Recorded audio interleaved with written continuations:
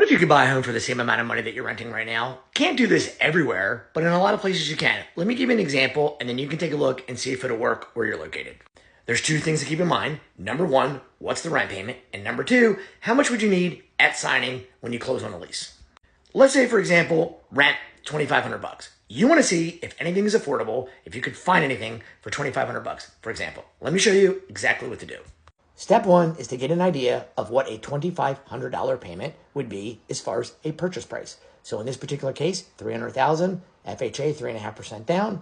Let's say you go down to home insurance, $2,500, property taxes 1.2. Now look, you got to make sure that you put in the accurate amount for the area that you're in. Some areas, the homeowner's insurance might be way, way higher than $2,500. If you're in Florida, you're in Texas, or maybe you're here in Maryland, where I am.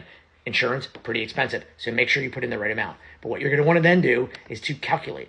And when you come over here, this will give you a ballpark of what the purchase price would be for a $2,500 payment. And what you can do is, the reason why I'm showing you this is so that you can play around with the numbers yourself.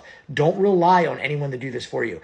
Get a good idea of the, number one, what you're currently paying for rent and what that would be as far as a purchase price. So for this example, let's say $300,000.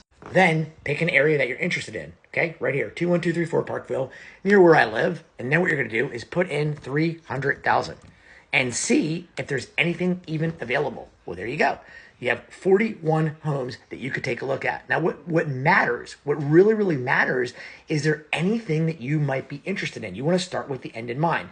Furthermore, what I would recommend that you do is to go over here and add this filter. Anything that's been on the market for more than 30 days. Now, I know what some of you are thinking. Well, if it's been on the market for more than 30 days, there's probably something wrong with it, probably overpriced. Maybe, maybe not. But it's worth looking into, because if it's been on the market for over a month and no one's put an offer in on it, this is where you're very likely to find something that you might be able to put an offer on and get the seller to cover all the closing costs.